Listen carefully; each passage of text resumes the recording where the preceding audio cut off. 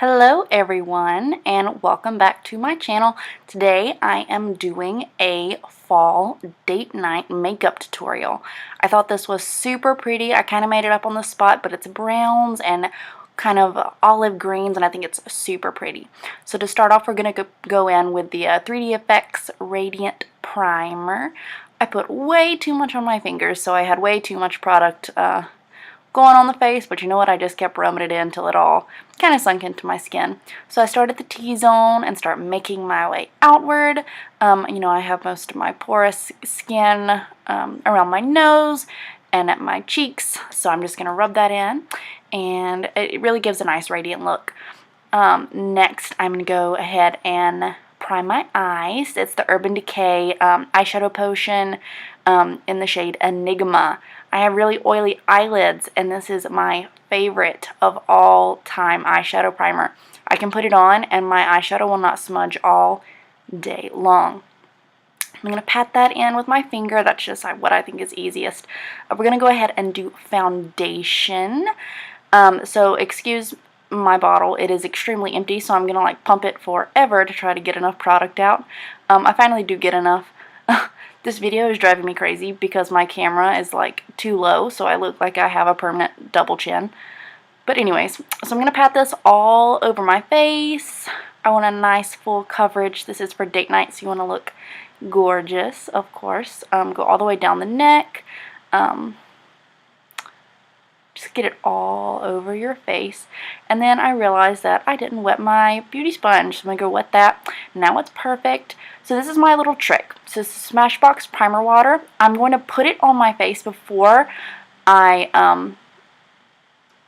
like buff in my my foundation. I just think it makes it go on flawlessly. I've been doing this for about a month now, and it's my favorite technique to make my foundation look dewy and, you know, just be perfectly smooth all over my face. So once that's all sunk in, my goodness, with my fake beauty blender, I'm going to check it out, make sure everything is filled in, and then we're going to go in with some concealer. So this is the Maybelline Dark Circle Eraser Concealer. This is my favorite. Go around the nose, a little bit on the chin, and then I do like a zigzag line on my forehead. I'm going to go back in with that wet beauty blender and stipple it all out to make sure everything is being pressed into the skin. Once that is all pressed, and I'm going to set it with a little bit of powder. This is some Mary Kay translucent powder. I'm just going to stick that damp beauty blender down in there and pat it everywhere I put my concealer. So I'm going to pat it under the eyes. I'm going to pat it a little bit on the nose, on the chin, and then again on the forehead.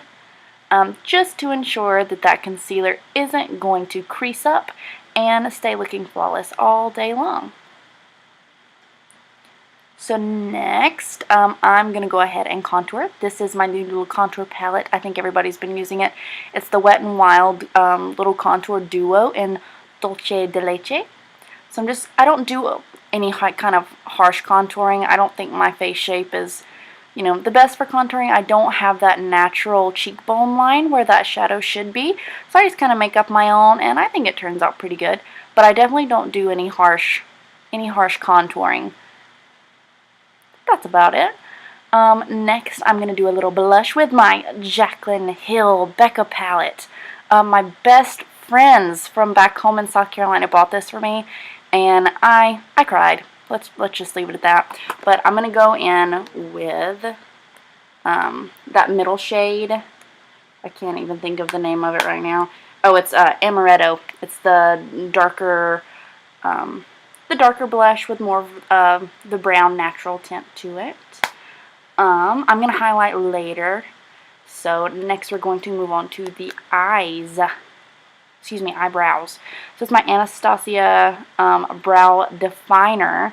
I totally forgot that I was out of it, but I love the spoolie in this one. So I'm going to use the spoolie, and then I'm going to go in with my brow bar to go.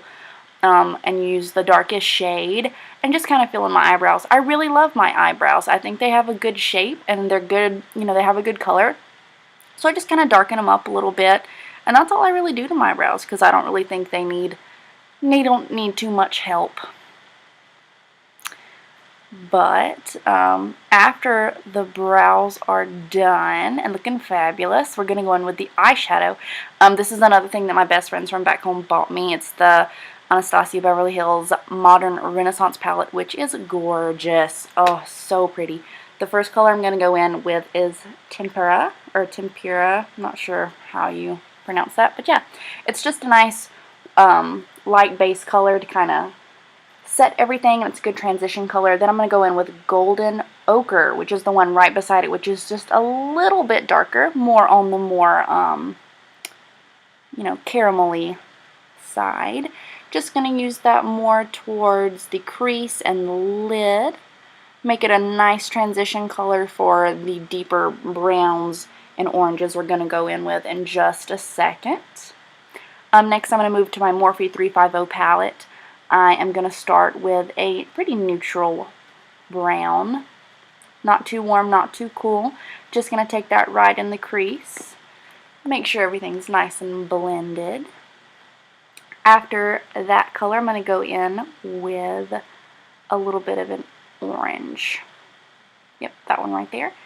And I'm just going to use that to keep filling in that crease, giving it lots of dimension, lots of different colors. It's fall, so you have to get all of those fall colors in there. You got to get the oranges, the browns, cool tones and warm tone browns. I love both.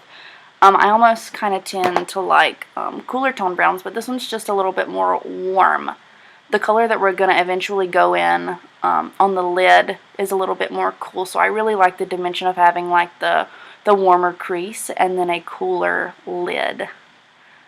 So once that is nice and diffused on the lid, I'm going to go in with a little bit of a smaller pencil brush and go in with that darker brown shade and just hit right on the outer corners. This is going to just kind of deepen it up, darken it up, and give it a little bit more of a dimension.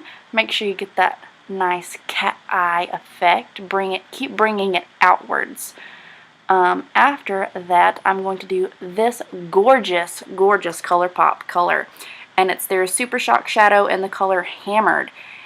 You know, at first I thought it was brown, and then I put it on my eye, and I noticed that it has these, like, green and gold glitter in it, and it is just gorgeous on the lid.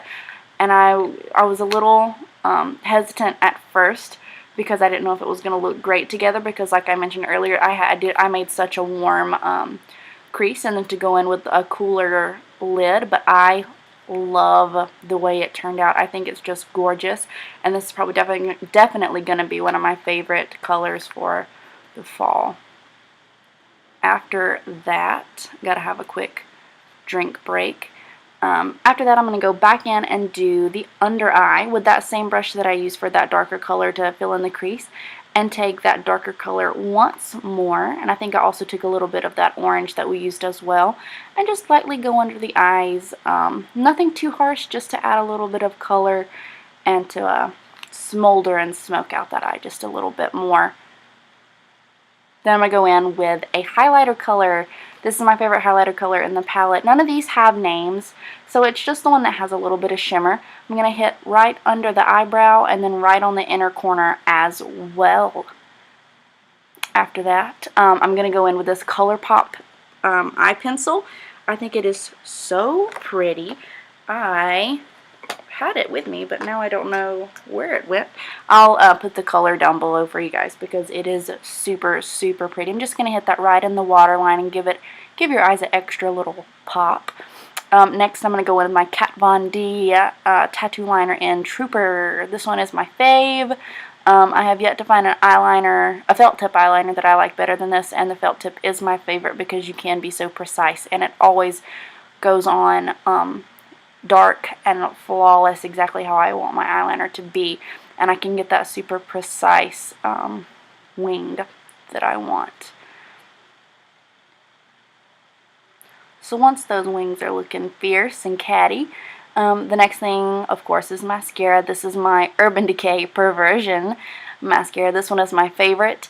I actually got the full-size bottle with my Naked Smoky palette, And this mascara is just gorgeous. I can put on 2 coats and my eyelashes are already like up to my eyebrows.